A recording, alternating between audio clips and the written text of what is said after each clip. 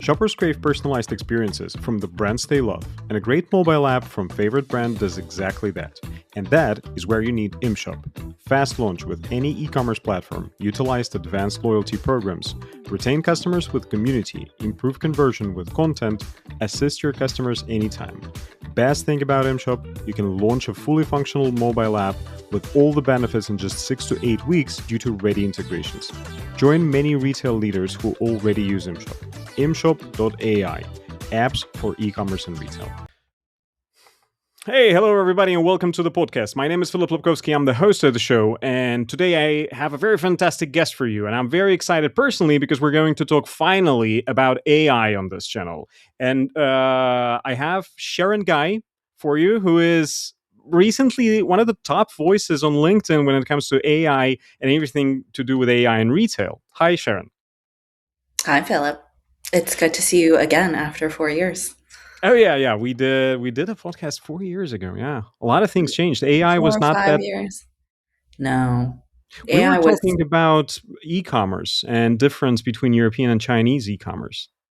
right. Well, I think we did kind of talk about AI, but I guess now it's considered more traditional AI, where it's more machine learning, personalization, stuff like that. Whereas Yeah, now, yeah, so this is a conversation that's post generative AI.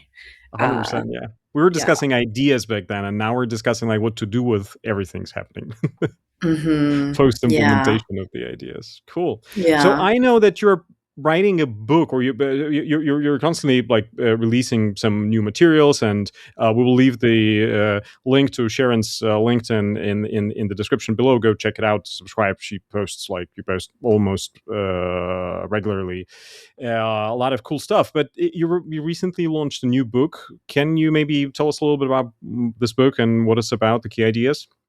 It's called How to Do More with Less, Future Proofing Yourself in an AI Driven Economy. And it's about how do you use AI. So there's a bee on the cover. That was actually my publisher's idea. I thought my book cover would be some sort of, that famous painting where I think it's Adam touches God's hands, and one hand is Adam's hand, and the other hand is Yeah, of God's hand, course. and then yeah, it's I the remember, you famous. know how I remember it. Beside the Uh-huh. cultural aspect of it, like the Mhm. pop culture aspect of it, it used to be. Gen Zs will not understand that. It used to be an image for Nokia. Do you remember this company, Nokia, the cell Oh, phone? yeah, of course, yeah. Believe it or not, but I but know but, but Nokia. it used to be like the image for them, like no, there was a slogan, Nokia connecting people, and they had Oh, those two okay. hands like touching. Wow. Sorry, completely irrelevant to what you're saying, but just No, popped no, into my no. The mind. following the same thread of two hands touching is, Yeah. that was the cover that I was envisioning, which is, this is AI is now upon us, and we're trying to use it and learn more about it. So it's a human hand touching a machine hand, like a robotic hand. That's where I thought it was gonna go. But no, they surprised me completely with a B, because they said that there was like a part of the book that talked about busy bees. And then I just sort of went with that concept. So the premise of the book is to help people turn from busy bees, and in our corporate roles or daily life, sometimes we all feel like we have endless to-do lists, endless meetings, endless notes to read through, and endless things we have to check off. And we're just executing one task after another. Whereas in the new world where AI is infused or embedded in our work, we can become beekeepers. So we can be a keeper of the bees, and the AI agents that we use, or AI tools that we use, they become our workers, or they become our bees. And so that's a reason why there's a bee on the cover. And the whole premise of the book is to enable more people to realize that post 2022, you can think about work differently. So, like one thing I always mention is, why is it on Sunday nights we groan? because Monday morning we start work. And then why is it on Friday afternoons or evenings we're so happy because the weekend is here? Like, I don't think that has to be the reality when it comes to work. Like, it shouldn't be something that we dread. It can be something that we actually like to do. And I think the reason why we didn't like so much of what we did in our work is because we had spent a lot of human hours on not human necessary things, sitting through meetings, taking the notes, updating spreadsheets. They're not very creative tasks, and humans are very good at doing more creative things or just better use of our time.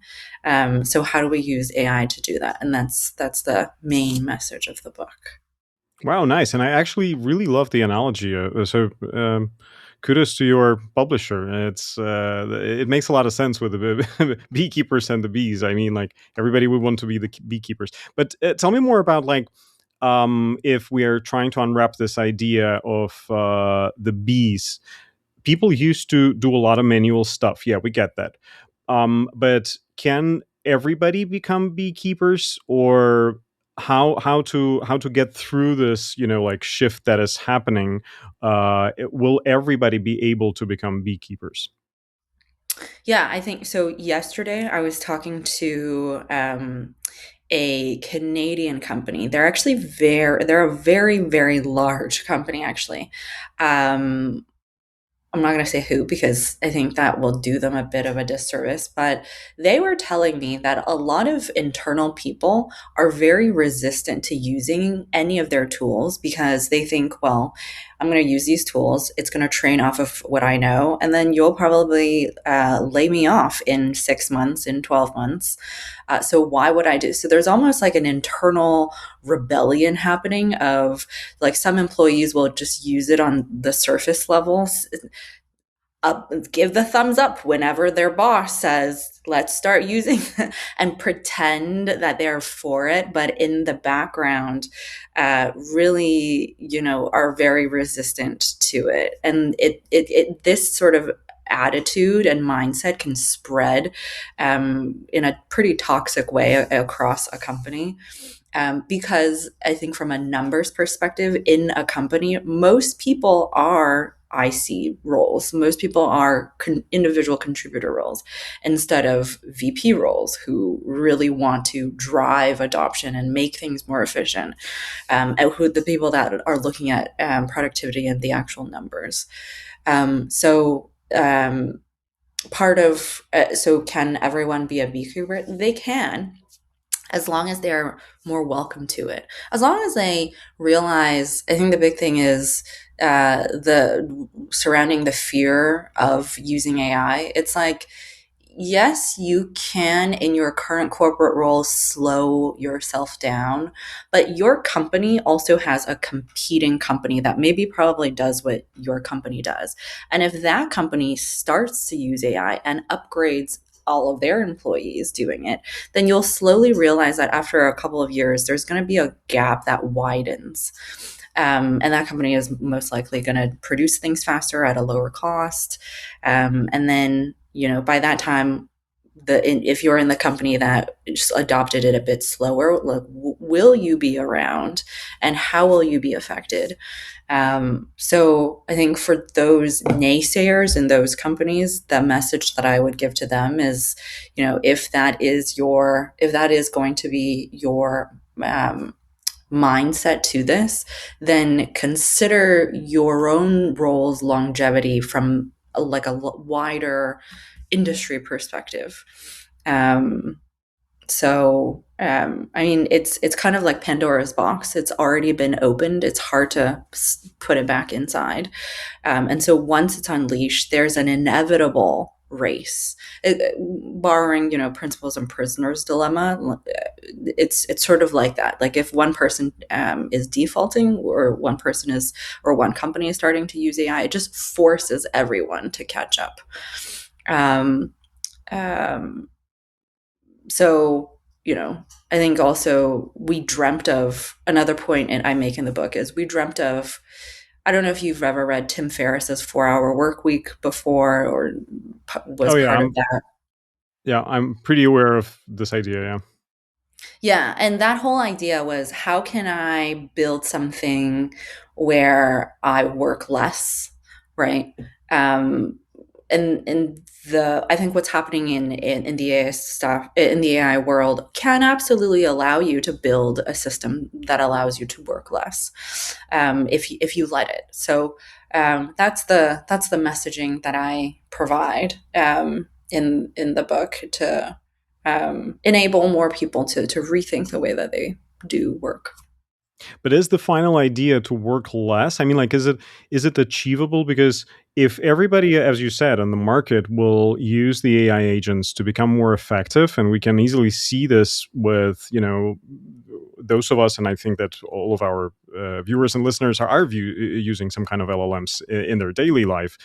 Um, we see how more effective we become, how faster we can get the right answers, and how we can generate an idea and just ask to visualize it much faster than it used to be. I remember when making a prototype or something like this would really take you finding a 3D designer and then making a 3D design for it, painted, blah blah blah. It would take you a long time, a couple of days or like a day, if you have one in a close contact. But today it's everything is very fast. If everybody are on that level now, it just levels out the playing field. Everybody who are not using it are just left behind. They're out of the business basically, and it just levels the playing field. So that means that no 4-day week for anybody, because it's just now the new rules. It's just like everybody are working on the same level. No.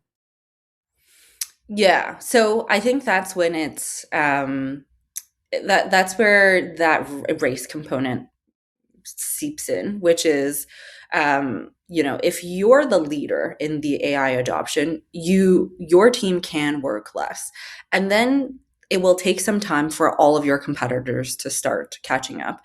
And when everyone is Mm. at level on that level playing field, there's always some sort of new model with a new iteration or new tool that comes out, and then one of these competing companies is going to upgrade themselves once again, and they'll then feel a little less, sort of, like they have to they can work, they are in a privileged space to work less again, because everyone else is doing things the old way and trying to catch up. But I think what ultimately happens is, I mean, right now, even if you look at the coding space, for instance, a lot of software engineers, even in Anthropic, they're not manually punching in one letter after another for a line of code to appear. They put in a prompt and they watch as Claude Code inputs or gives them an output, and they kind of study it to make sure that it's okay, and then before putting it in production, completely into production. Claude Cowork, as their new product that's just been released, it was almost 90% created by code itself, by Claude Code itself. So their engineers, are they working more or less? I mean, you can look at it from either way, but the old way of working is definitely gone. And even when I'm making something, um, I'm able to take on more projects, take on more clients, because I outsource a lot of that work to LLMs as well. Um, so in a way, I'm working less because I'm not doing what I used to do, which is pushing a pixel on a PowerPoint and making sure it adjusts well, crossing my T's, dotting my I's before a proposal goes out. Um, I guess I'm working, quote unquote, more, in the sense that I'm doing more.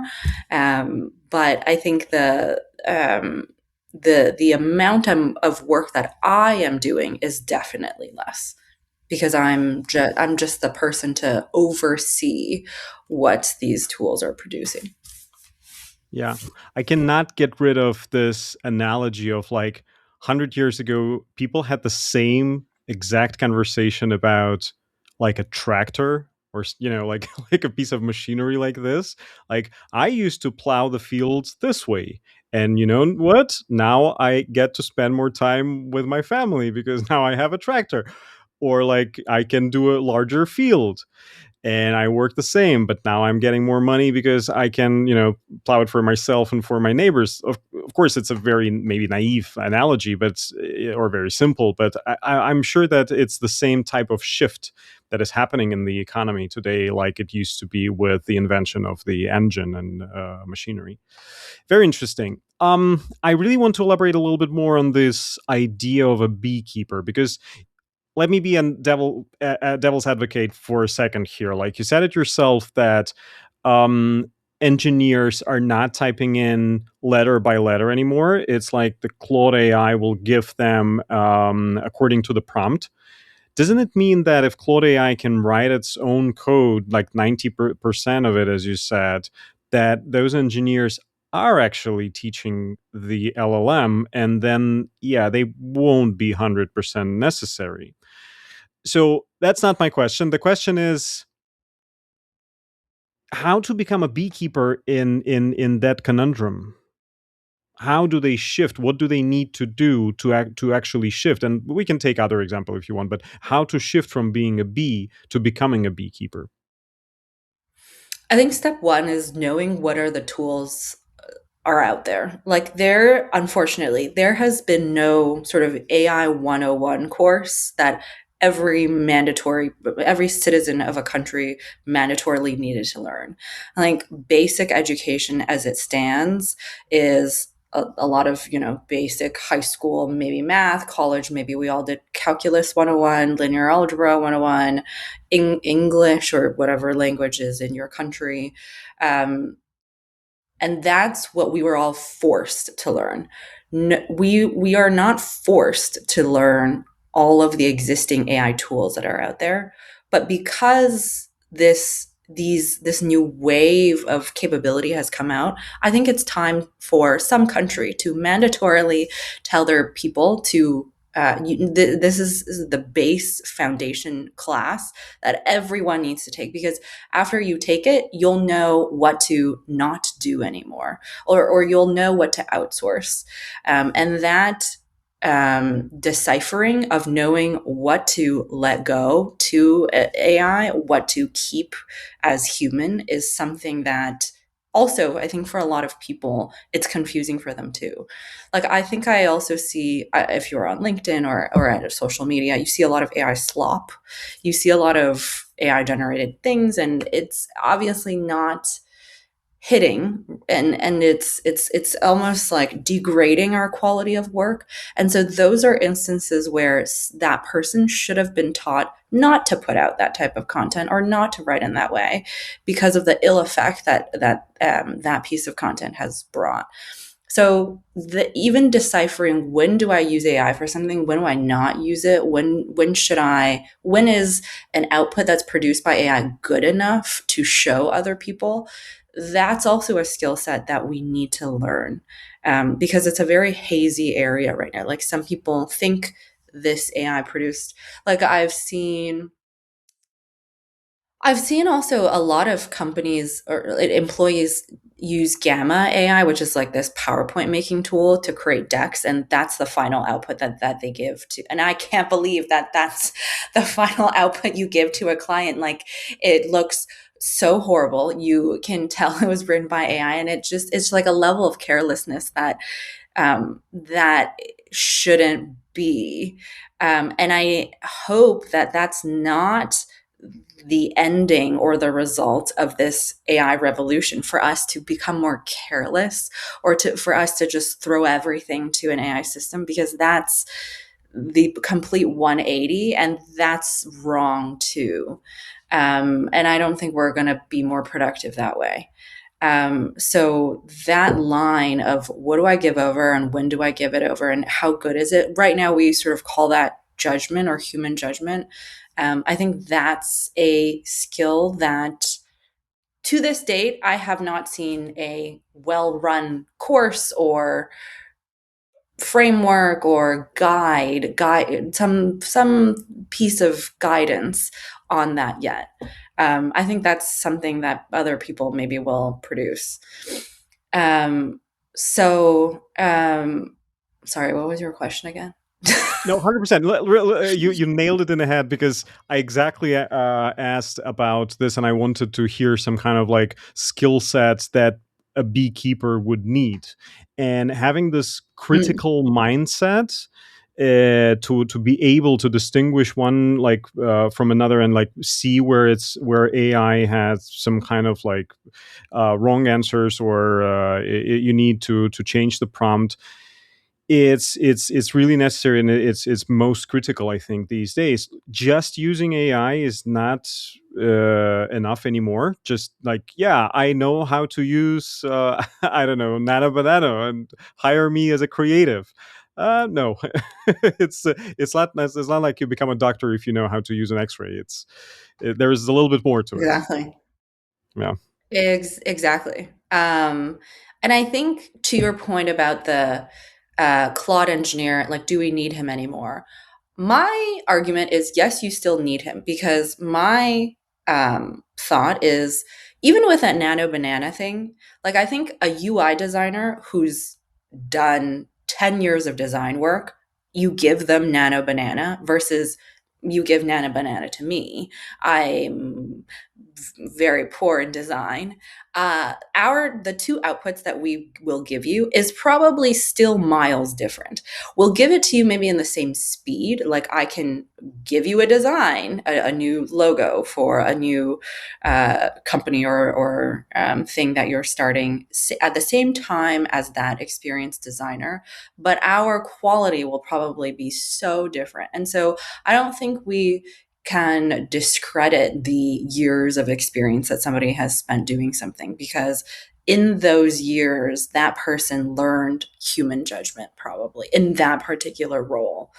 They'll know what is good and what is bad, and when you give them a tool like AI, it just makes them do much better.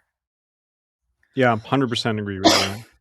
But I think that what is important here is that, yeah, you would probably do a very good design still, because what you can do is you can feed it references that you like, and Mm. ask it to create it based on the references. So, but knowing which references to choose, Hmm. that's probably the where the art is. Yeah, or like, how do I even approach the problem? Like, if you're the client, should I be thinking about what type of colors you like, or like, what is the essence of what you're trying to design? Like, those sort of almost like scoping questions, or what is my steps to solve this problem? A real designer will have a much better idea. When you give them a design task, I'm sure they all have their own methods to come up with something, but I'm sort of starting from my own intuition or my tiny, tiny bit of experience. Um, and the thing that I make, while it might look good if I put in all of the different references, but it might not land that well still, because yeah, I would just imagine that in the world of Yeah. design, there's design principles, and there's, things that you consider, things that go well together. Like, there's a lot more thought. And that part is something that comes with years of experience. And that's like, while AI democratizes that skill of design, it doesn't democratize your ability, your point of view almost, or the way that you approach a problem. Yeah. And you know what? There is another interesting thought that I recently was also discussing with somebody, that since the teams are becoming smaller, just because you don't need too many people to complete a task, you're using LLMs, and you need several of those people who know what they're doing and have a skill of using the LLMs. The amount of teams will grow, because what also grows is consumer segmentation and personalization. So, with the development of AI, we can personalize the message to a very, very niche certain segment. We can find people who will like the particular product. So, manufacturers and brands will inevitably be pushed towards creating, not like, this is Lay's chips, it's salted. Everybody likes salted chips, right? It used to be like in I don't know, in '50s maybe, like that was the deal. Like salted chips is cool.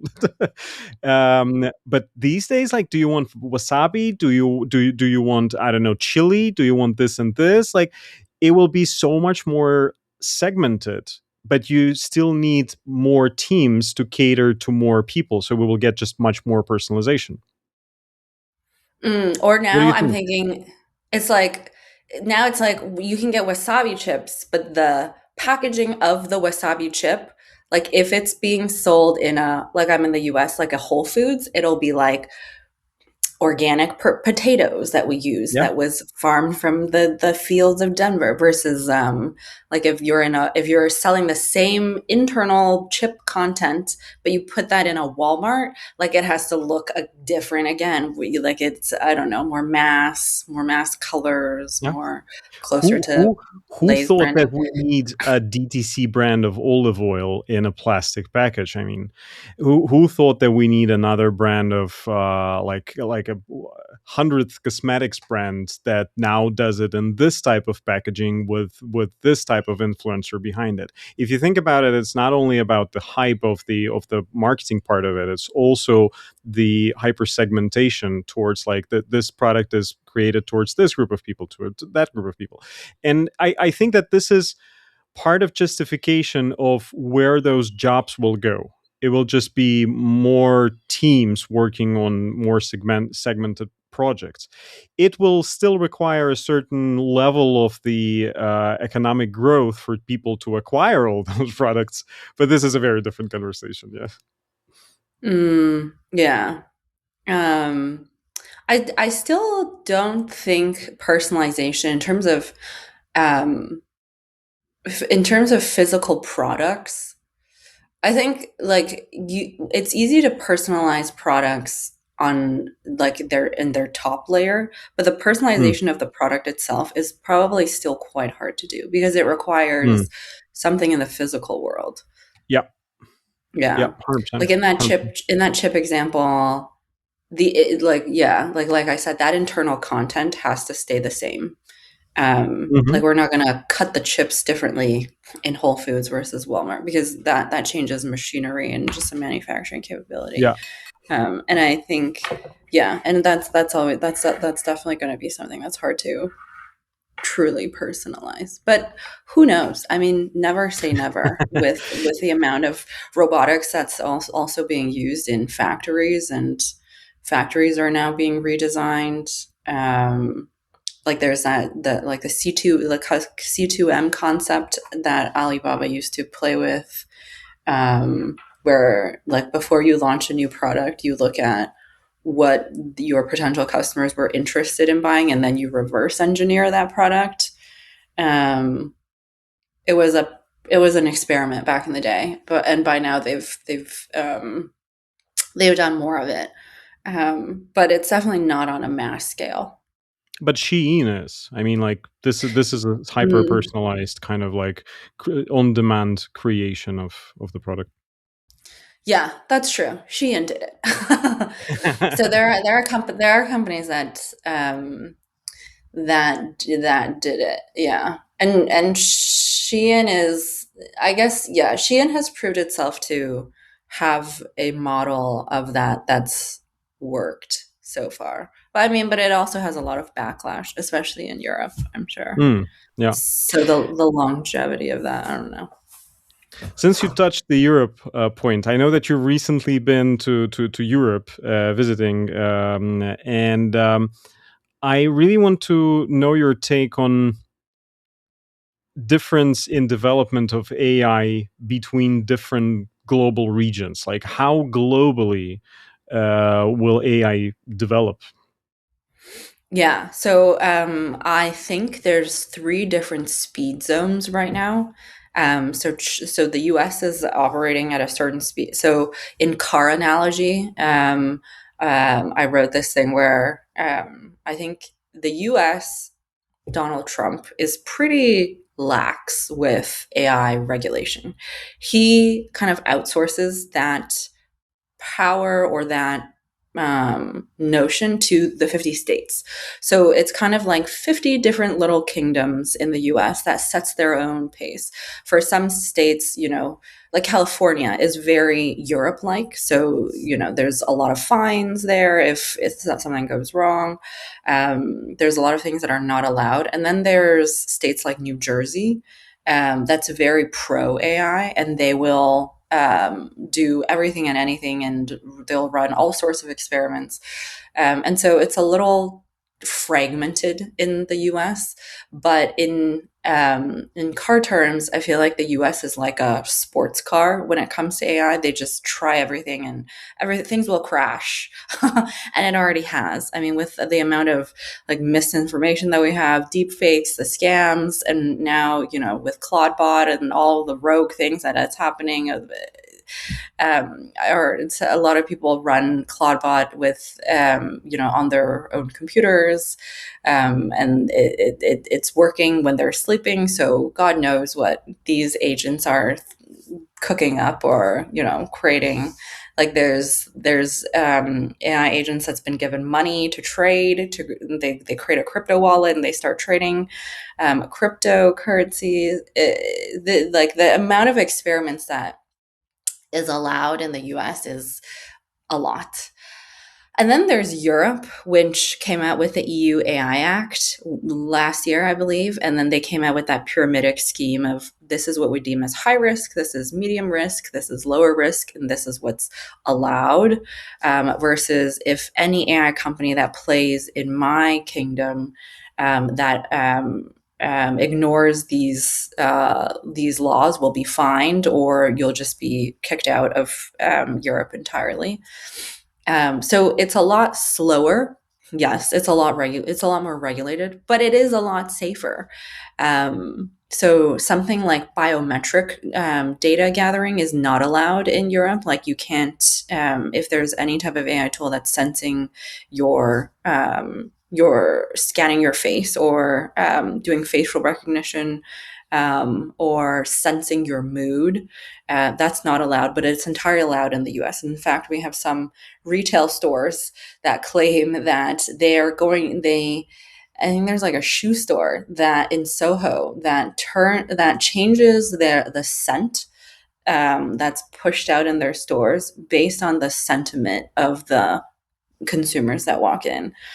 And in Europe, that's probably that will not be allowed. So No. in the US, it's like a Ferrari, like a sports car. In Europe, it's like a Volkswagen. It's a bit slower, but it's very safe. If it crashes, you'll likely survive. And then in China, it's kind of a mix of the two because of its government. It's very centrally coordinated. Any AI company that develops anything checks in with the Chinese government first before it's rolled out. So it's more tempered. And China focuses, and its personality is it focuses on application. So it's less about what new benchmark did we just pass with this frontier model, but more what problem did we solve, and in what sector, or in what industry. So there's actually still a lot more of AI that's applied from a traditional sense in China versus the generative stuff. Because I mean, like you can create videos, like AI videos all day, or AI images all day, all night, but what was the actual use for it?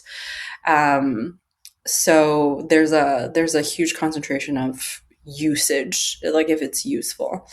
So it's three different personalities of regulating AI. Who will win? It's hard to say. Like, are we so sure that we think that Europe is behind, and that was not the right way to go? Yeah, I see that, absolutely. I think the general population will probably be a lot more wary. Like I know that at NRF, ChatGPT shopping just came out, and a lot of people are testing that in the agentic commerce world. Whereas I think Europe, you still can't buy something in ChatGPT just yet because that feature is not enabled. I might be wrong. Yeah, it is only available for the US users, I think, right now. Yeah. Yeah. It's hard to say because, maybe by a certain time, the US has already crashed and burned and they've lost a lot of consumer confidence. And there's there's more distrust in our society for instead of a healthier way of adopting AI. Who's to say? It's very hard to say, what is the right approach. But But I think that from a commercial perspective, it's easy to say that most of the largest LLMs and largest players in the world are US based. All of the Chinese models, I think, are mostly used internally. I don't know about DeepSeek anymore. Like, is it growing in popularity across US and Europe? But like Claude and not really. ChatGPT, they are owning this. They're owning this space. So I think if you're what it's a question of like, what is the picture of success? What do we consider a success? If a success is owning the largest share of users globally, then I think US is winning clearly these days. Yeah. Oh yeah, for sure. I think if you're talking like a winner right now in terms of market share, user Mm, stickiness of user, it's the US for yeah. sure, hands down. Yeah. Yeah, but then Um, if that's the winner, it will be the longer it goes, the better. We know that everything crashes. We had a Nokia example earlier in the show and in the conversation, and yeah, well, where is Nokia today, right? So everything changes, but. Let's see. I think that yeah. But what was your kind of from maybe conversations with European brands and European retailers or partners? Or what was the vibe there around use of AI in Europe in general for a business purpose? I think it's still pretty cautious in Mm, terms of experimentation.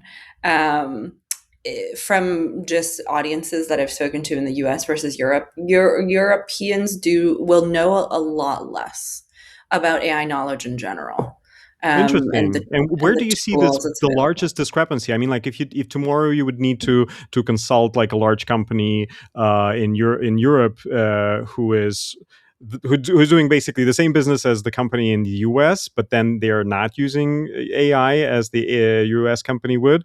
Where is this discrepancy in what they're missing in their business? So, in some US companies, like part of it, some employees' KPIs last year and this year is what percentage of your work is done by AI. Like it's Wow. something that is it's like part of your performance review. Whereas in Europe, it's a lot more liberal. It's like we bought it. You can use it if you want to explore using it. It's a lot less forced. Yeah, I think that's more the way to categorize it. And also in the U.S., there's I think a lot of companies that are AI native, but I guess that's more in the startup world where when they're building up a new function, they don't think about it from a this is how many headcount, this is how many people I need to hire for this team. It's I'm going to hire one person to run this entire team, and this person has to figure out how to build up this department with AI agents or some sort of AI stack. Whereas I think in a more European sense, it'll be more people driven. Interesting. Yeah. And do you see agentic AI already like steering the direction in e-commerce anytime soon? Like, I mean, in 26 or 27? Yeah. I mean, in terms of there's a lot of startups these days that's trying to agentify ERP systems and Mm-hmm. demand planning. Um, so, um, so for instance, seeing that um, your sales for a certain SKU is doing very well, there's an internal agent to call the buyer to purchase new, to put in a new PO because this SKU is doing well. So like that part can be more automated. And then from a general e-commerce standpoint, all of the designs that we can do from product detail pages, that copy, the generation of all of those images, the videos from an ads perspective, um, all of the pieces that go into the marketing aspect, that's all very agentifiable. And we'll probably see more of that too. I mean, just as from a consumer point of view now, when I look at and interact with the brands that I shop from, a lot of their content is AI generated. You can tell that that's not a real model. And they probably outsourced it to some agency that did it for them.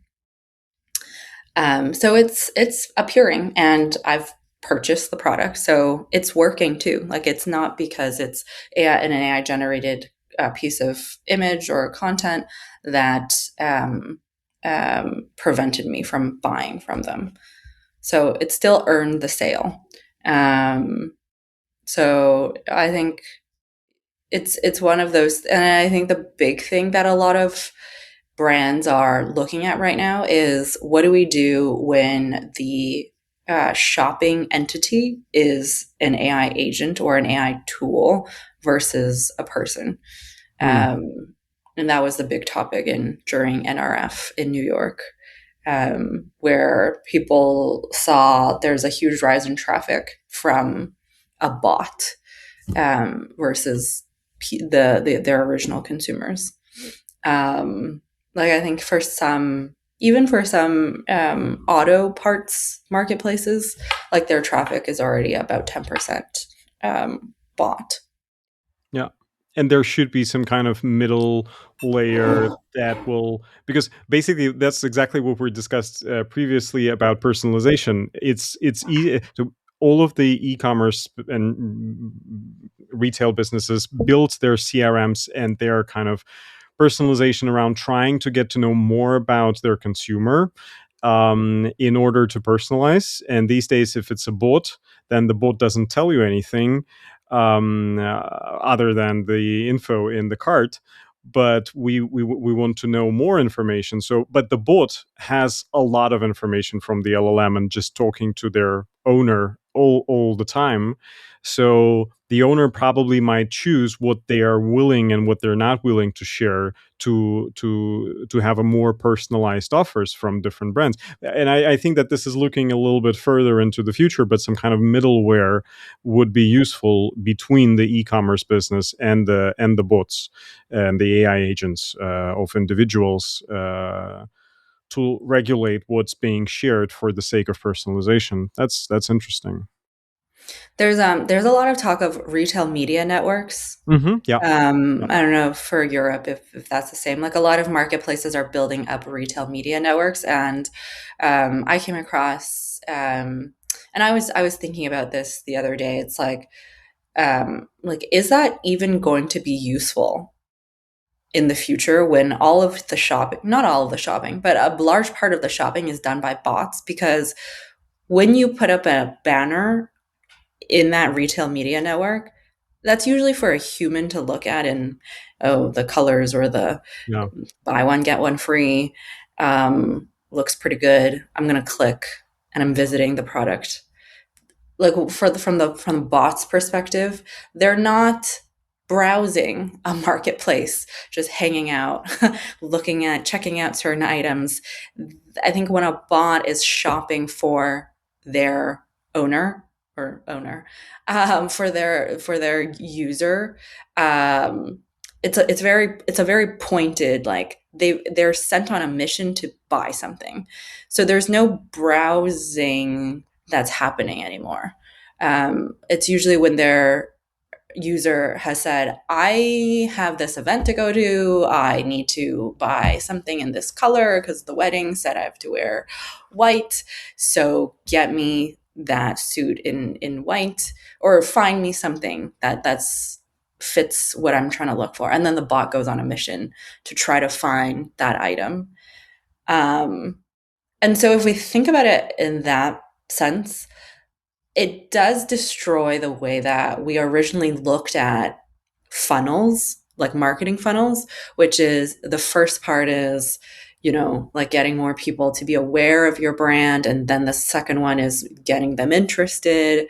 And then the third is getting them to buy something, and then so on and so on. And even just the way that Taobao is oriented, or I take that aside, any marketplace, a lot of it is built for how do I generate more interest? How do I show you this product in a more interesting way so that you're seeing it, you keep it in mind, and then you come to us and buy it when time comes.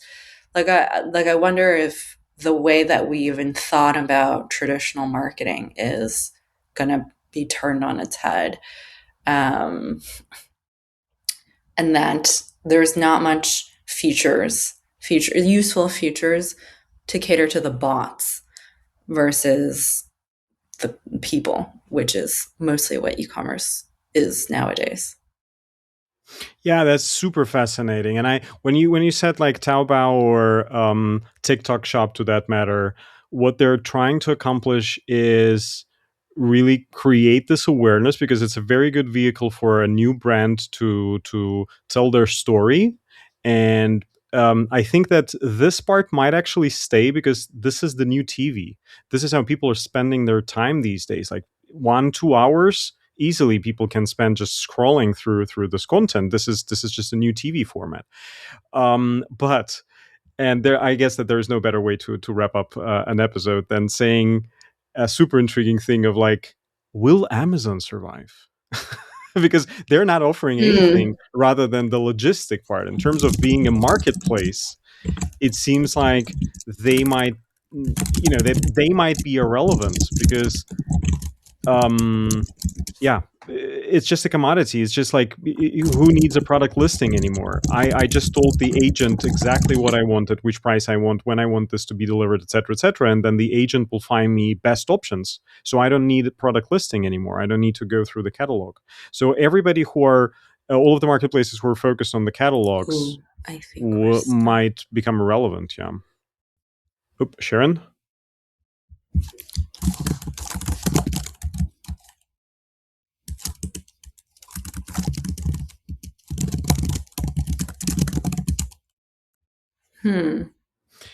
Thank you very much, Sharon. And yeah, thank you, everybody. Let us know what you think about the topic that we just discussed in the comments below. Bye bye.